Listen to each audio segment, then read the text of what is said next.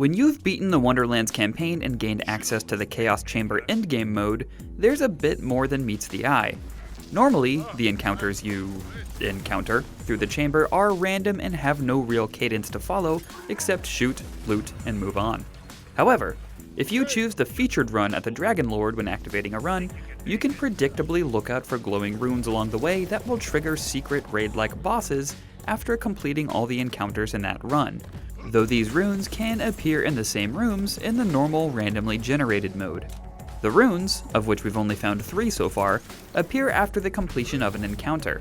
The first rune appears in the very first encounter of the featured run.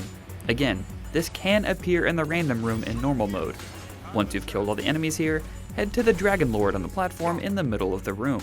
While facing him, turn around and you'll see a glowing yellow rune on the ground at the top of the stairs. Activate it, and you'll see a beam of light jet across the room. When it lands, shoot the spinning rock until it blows up.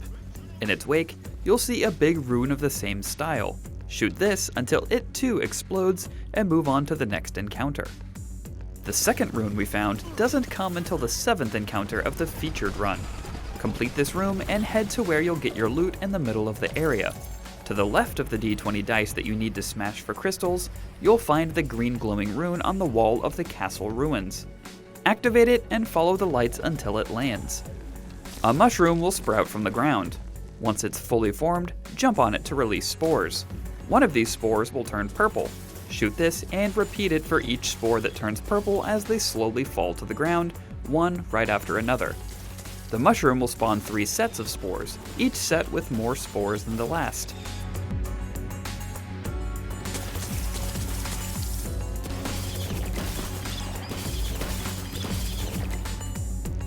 The third rune we found came from a normal run several times in different runs. After completing a room, you may find a blue rune near where the exit portals will appear. Activating this rune spawns yet another flashy breadcrumb trail for you to follow. Its first stop will be to spawn these 3 ice orbs with a sheet of ice just underneath them. The breadcrumb trail will then head to the other side of the area where a blue blob of water sits. Go to the 3 ice orbs and stand in an ice pool on the ground. One of the orbs will form and begin to follow you. Take this orb to the blob of water you saw from earlier. As the orb reaches the blob, shoot it to activate this boss. After defeating the Dragon Lord in the featured run, or the boss of the normal run, smash the dice for loot, and if you activate the runes properly, 2 exit portals will appear. The one you want to take will glow red. The red portal will glow yellow until you approach it. Enter this portal, where you'll find Tiny Tina addressing you, the player, for finding a place that you shouldn't have. From here, you'll fight the first boss. This boss's mechanics are hinted at by the runes you shot previously. At a certain point, it will spawn these spores that turn purple. Shoot as many of these as you can before they hit the ground, or you're gonna have a bad time, as poison clouds will coat the arena, making it nearly impossible to see, all while taking damage. This boss also has a short stagger window before attacking you. Look at the limb it's about to hit you with and you'll see a glowing rune. Shoot this rune to stagger the boss for a free damage phase. The second boss is based on the first rune you shot. It has a lighthouse mechanic that will blind you if the rotating beam finds you. This can be avoided by standing behind tall rocks in the area, though they will decay over time, leaving you vulnerable. The attack can also be prevented by watching for the glowing yellow rune above the boss.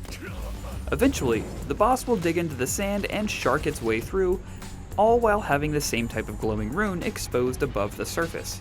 Shooting this enough times will pull the boss out of the ground. The third boss's mechanic is the same as the water orb. When the boss spawns giant ice orbs, run to these water blobs located around the arena. Allow them to explode on the water in order to stagger the boss for a major DPS phase. Throughout, the boss will spawn fire orbs. These just need to be avoided. These are the only 3 secret raid-like bosses we've encountered in the Chaos Chamber. If you've found more, please let us know in the comments below. And for much more on Tiny Tina's Wonderlands, keep it right here on IGN.